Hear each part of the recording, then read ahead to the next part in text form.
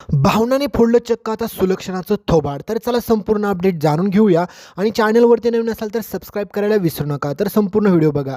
तर मित्रांनो, तुम्ही पाहिलंच असेल की या आजीने चक्क सिद्धू आणि भावना या दोघांना देखील एकमेकांपासून दूर करण्यासाठी खूप सारे भयानक प्लॅनिंग बनवलेला असतो आणि त्यामधीलच एक प्लॅनिंग म्हणजे भावनाला आणि सिद्धूला एकमेकांपासून दूर करण्यासाठी त्यांना डिवोर्स द्यायचा. त्यासाठी वकील बोलून आजीने चक्क सगळे काय पेपरवरती भावनाच्या सह्या घेतलेल्या असतात आणि तिला सांगितलेलं असतं की जर तुला वाटत असेल की सिद्धूला सुखरूपरित्या सोडलं पाहिजे जेलमधून तर तुला इथे सह्या कराव्या लागतील. पण बिचाऱ्या भावना त्या सह्या देखील करते, कारण की तिने सांगितलेलं असतं आजीला की सिद्धिराजला सोडवण्यासाठी मी काहीही करायला तयार आहे. आणि त्याच्यानंतर आजी म्हणते की ह्याच संधीचा आपण फायदा घ्यायचा आणि ह्या अवलक्षणाला सिद्धूच्या आयुष्यातून कायमचं लांब करून टाकायचं. पण आजीचा हा प्लॅनिंग कितपत वर्क करणार आहे हे तिला माहीत नसतं, कारण की हे सगळं आजीच्याच अंगलट येणार आहे. आणि ज्या क्षणी भावनाला कळतं की हे सगळं मात्र आजीने ह्यासाठी सह्या घेतलेल्या आहेत की तिने त्यांच्या संसाराची सगळी काही तुलना केलेली असते, म्हणजे सौदा केलेला असतो. आणि भावनाला एवढा राग येतो की भावना चक्क आजीला म्हणते की तुम्हाला लाज कशी वाटली नाही हे सगळं काय करताना.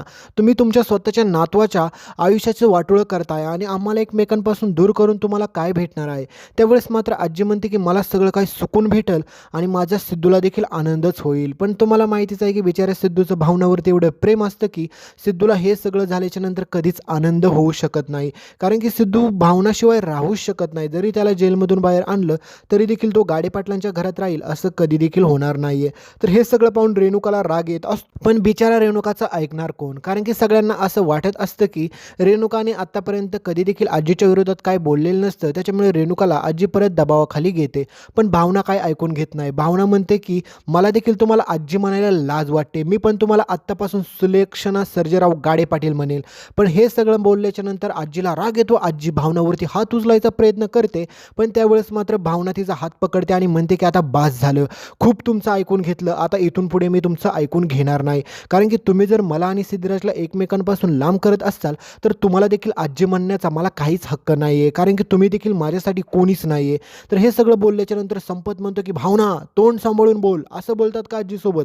पण या संपतला देखील कळत नाही की ह्याला देखील थोडी देखील अक्कल नाही आहे, कारण की स्वतःच्या मुलाच्या संसाराचं वाटोळं करून ह्याला काय भेटणार आहे काय माहीत.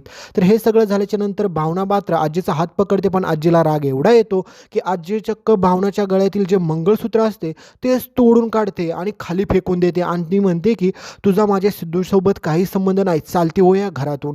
आणि त्याच्यानंतर भावनाला राग एवढा येतो की भावना ते मंगळसूत्र घेऊन रडते आणि त्याच्यानंतर ह्या आजीचा माज जिरवते. तर मित्रांनो, हे सगळं तुम्हाला पुढे पाहायलाच भेटेल. तोपर्यंत चॅनलला सबस्क्राईब करा, व्हिडिओ लाईक करायला विसरू नका, कारण की पुढचे अपडेट तुम्ही मिस करणार नाही. धन्यवाद.